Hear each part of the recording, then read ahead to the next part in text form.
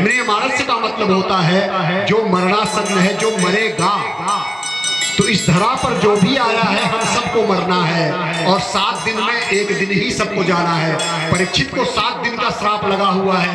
हम सब भी जब दुनिया से जाएंगे तो इन्हीं 7 दिनों में से एक दिन ही वह भी होगा। तो यहाँ पे प्रश्न ये है कि जो म्रियमाणस्य हैं उनके क्या कर्तव्य हैं, उनके क्या धर्म हैं। तो वो प्रश्न हमारे आपके ऊपर भी लागू हो रहा है, क्योंकि हम आप भी म्रियमाणस्य हैं। तो हमारे आपके क्या कर्म हैं और क्या धर्म है। व्यास नंदन सुखदेव जी इतना प्रसन्न हुए यह प्रश्न सुन करके, अति प्रसन्न हुए। क्यों अति प्रसन्न हुए? क्योंकि ये लोक कल्याण के लिए पूछा गया प्रश्न है। जो व्यक्तिगत प्रश्न आता है तो महापुरुष लोग उतना प्रसन्न नहीं होते, लेकिन जब लोक कल्याण जिसमें सबका कल्याण है, ऐसा प्रश्न सुन करके संत और महात्मा और महापुरुष लोग अति प्रसन्न होते हैं।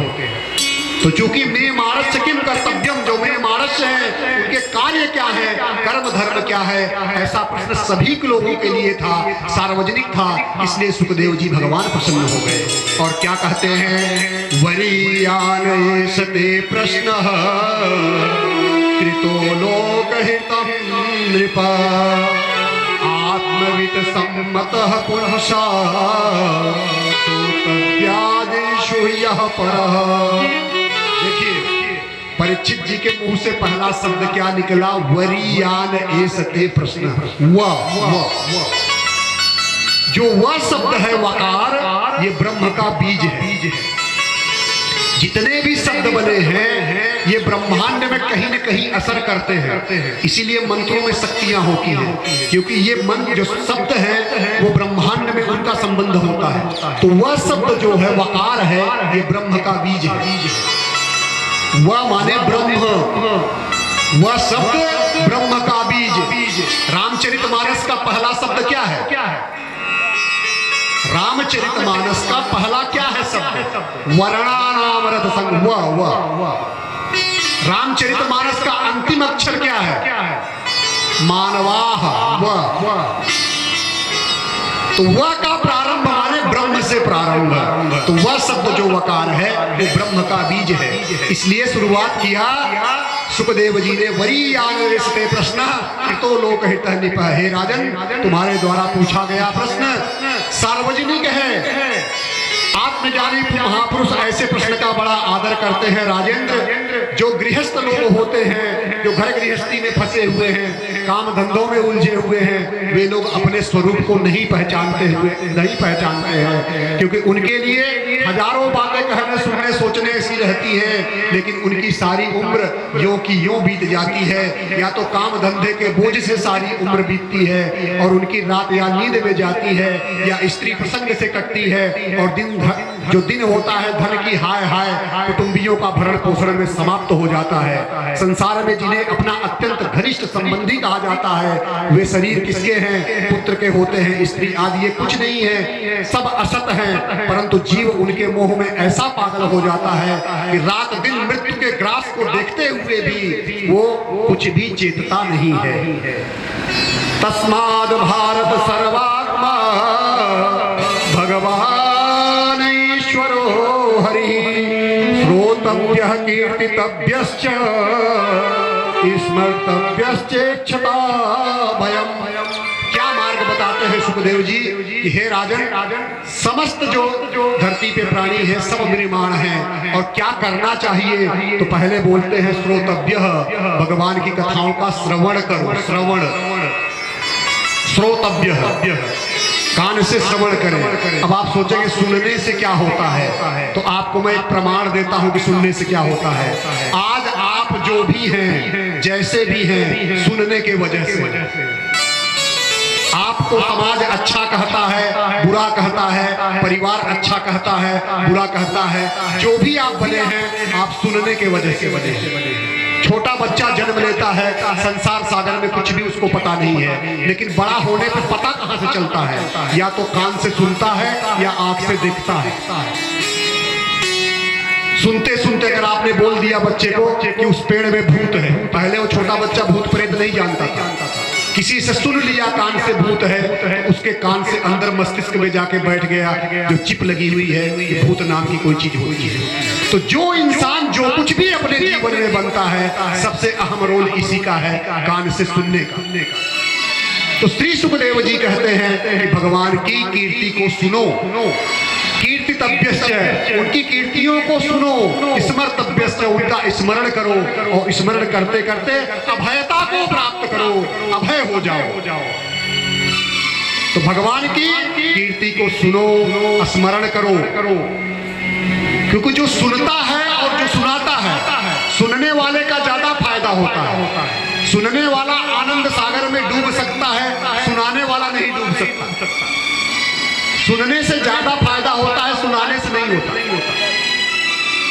जो सुना रहा है, सुनने वाले को चाहिए कि सुनने के बाद आप सुनाइए, तभी कीर्ति का स्मरण होगा।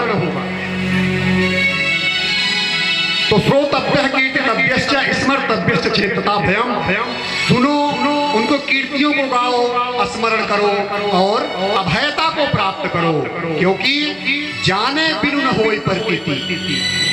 आप तब तक नहीं किसी को सुनोगे या प्रेम नहीं करेंगे जब तक आप जानेंगे नहीं। बाबा तुलसीदास कह रहे हैं कि जाने बिनु न होई प्रतीति, बिनु प्रतीति होई नहीं प्रीति। जाने बिनु न होई प्रतीति, बिनु प्रतीति होई नहीं प्रीति। जन्म जन्म मुनि जतन कराही, अंत राम कही आवत नाही। जन्म जन्म मुनि जतन कराही, अंत राम कही आवत नाही। लोग समझते हैं अंत काल में हम भक्ति भाव करेंगे, भगवान का स्मरण करेंगे, श्रवण करेंगे, उनकी कीर्ति सुनेंगे। जन्म जन्म मुनि जतन कराही, अंत राम कही आवत नाही। बड़े भाग्यशाली होते हैं जिनको अंतिम समय में भगवान का नाम उनके मुख से निकलता है, क्योंकि भागवत कह रहा है, उद्घोष कर रहा है कि अंतर मतिर सा गतिर भवेत। प्राण निकलते समय, अंत समय में जो हमारी मति होगी, वही हमारे अगले जन्म की गति होगी। अंतर मतिर सा गतिर भवेत। अंत में हम जिसको याद करते हैं वही हम बनते हैं। बहुत लोग अपने अंत समय में अपने बेटे का बेटा नहीं देख पाए, अपने बेटी का बेटा नहीं देख पाए, यही सोचते सोचते प्राण को त्यागते हैं। तो पता चला वो बेटे का बेटा ही बन के आ जाते हैं। इसीलिए देखे होंगे कि दादाजी जो बाबा जी हैं और नाती हैं, उनमें ज्यादा लगाव होता है, नाती और नाना में ज्यादा लगाव होता है। उस लगाव का कारण क्या है? वो उनका भी दादा भी है। तो अंतर मतिर सा गतिर भवेत, जो अंत में हमारी मति होगी वही हमारी अगली गति होगी। इसीलिए कहा गया कि अंत समय में अगर भगवान का नाम या उनका दर्शन हो जाए, नाम मुंह से निकल जाए, तो वही हमारी गति होगी। उनके रूप को, उनके लोक को, उनके संग को हम प्राप्त कर लेते हैं। तो कहते हैं सुखदेव जी, खटवांगो नामना राजर्षि ज्ञात्वे यत्यावहि महायुषः। अपने कल्याण साधन की ओर असावधान रहने वाले पुरुषों की वर्षों लंबी आयु भी अनजाने ही व्यर्थ हो जाती है।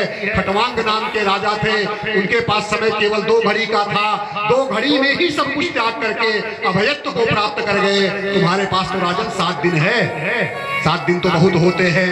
तो कहते हैं क्या करें? अब 7 दिन के लिए शुरुआत आप बताइए, फार्मूला वही मैं करना शुरू कर दूं।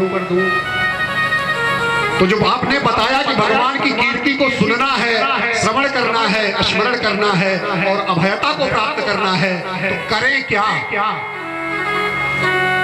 तो सुखदेव जी कहते हैं, जितासनो जित श्वासो जित संगो जितेन्द्रियः स्थूले भगवतो रूपे मनः संधारये दिया।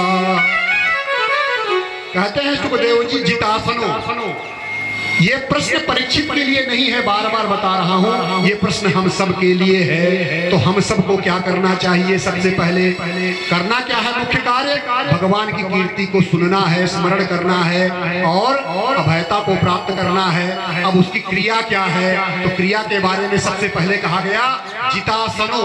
पहले आप आसन को जीतिए, ऐसे आसन पे बैठना सीखिए कि आपको शरीर का भान न रहे, चाहे वो सुखासन हो, पद्मासन हो, कोई भी आसन हो। पहले आसन में बैठ करके आप उसको सिद्ध कीजिए कि उस आसन में काफी देर तक आप बैठ सकते हैं और शरीर को सुख मिल रहा है। पता चला आप बैठे, थोड़ी देर में ऐसे टेढ़े हो गए, थोड़ी देर में वैसे टेढ़े हो गए। तो एक आसन को निर्धारित कीजिए, इस आसन में बैठने से हमें सिद्धि प्राप्त है, शरीर को सुख मिलता है, कोई कष्ट नहीं होता। हम भी एक आसन पे ही बैठ करके लगातार बिना जल के, बिना किसके आपको 4 घंटे कथा सुनाता हूँ। तो भगवान की कृपा से आसन तो सिद्ध हुआ। तो पहले आसन को व्यक्ति को सिद्ध करना है कि बैठने की क्षमता को बढ़ाना है कि किस आसन में आपके शरीर को सुख मिलता है, वही आपके लिए सर्वोत्तम आसन है।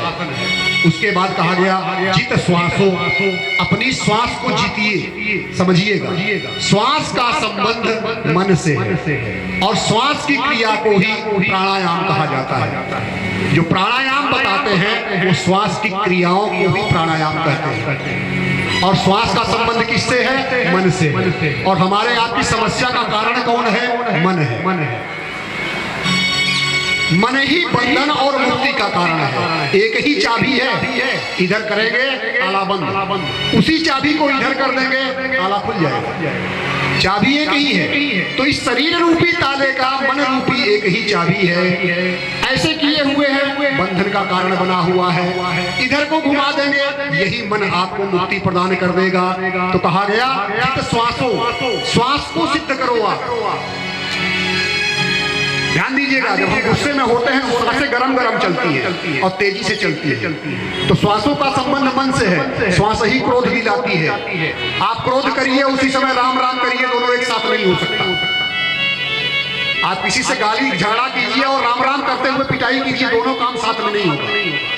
राम और क्रोध एक साथ नहीं हो सकता। राम और काम एक साथ नहीं हो सकता।